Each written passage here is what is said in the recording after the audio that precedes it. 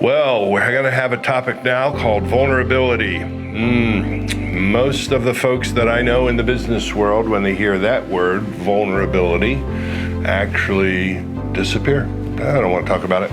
It's actually an interesting word that's been coming up in management and leadership conversations, especially in the last 10 years. The ground was broken by an author by the name of Brené Brown, B-R-E-N-E Brown. She sort of did a TED Talk 10 years ago and talked about it, and it actually went viral. And one of the reasons it went viral was that she told in that TED Talk a very personal story about her life and a period of her life that was very challenging.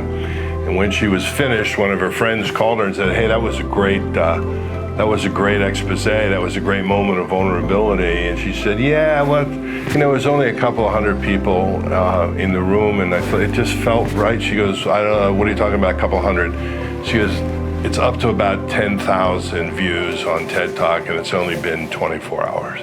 It later went on to be 7 million views. So what is it? Why do you need to know about it as a leader, and what does it mean? Here it is in a nutshell.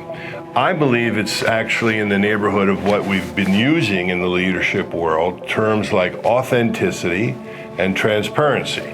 That's, are you the kind of leader people feel they can see and touch and connect to? Well, when we add this dimension of vulnerability, basically what we're saying is it okay at any level as a leader to allow yourself to be seen fully, including those times when you might appear weak? Well, how does that look in a workplace?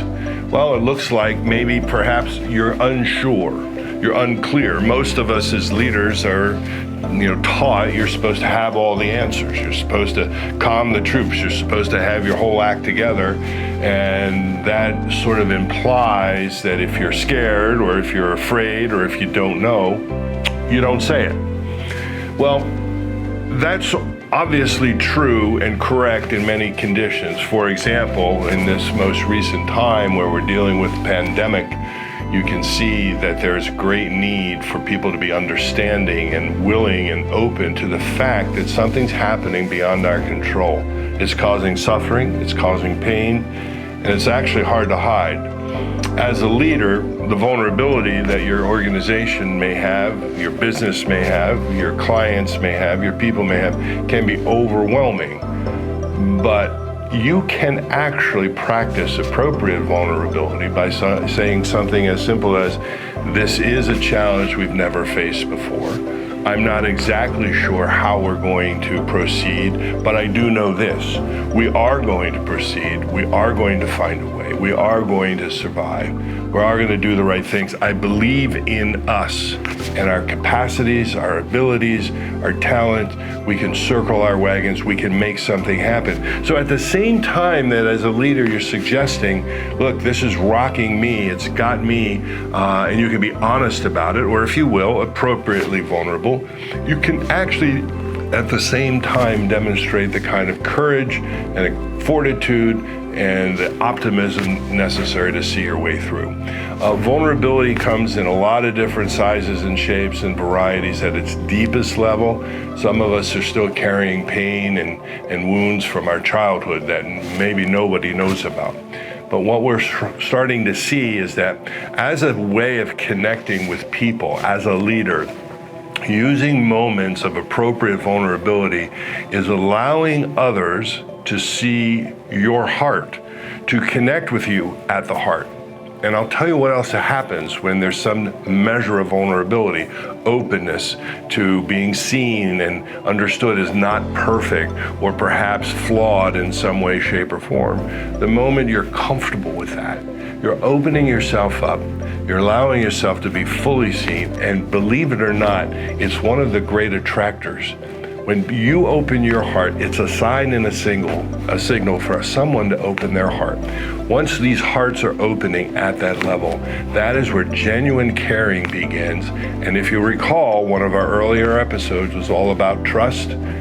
Trust is a heart-based connection. it is fundamental that caring occur before trust can occur. And how do you build caring? By taking measured risks, each of us one at a time, to be more open than we're used to being more vulnerable, and to being allowed to be seen as less than perfect. And you can pull that off without giving up 1 ounce of your power, your authority, your significance, your import, or your reputation. You just become known as a person who will share at the heart level, and that will become very attractive. So with that said, you'll have at least 2 or 3 podcast episodes to listen to on vulnerability. What is it? What does it mean to you? And how do you encourage it in others? And how do you make it a powerful part of your leadership brand? So I hope you'll enjoy it, and enjoy it with each other when you work together as a group, testing your levels of appropriate vulnerability. We'll see you again next time.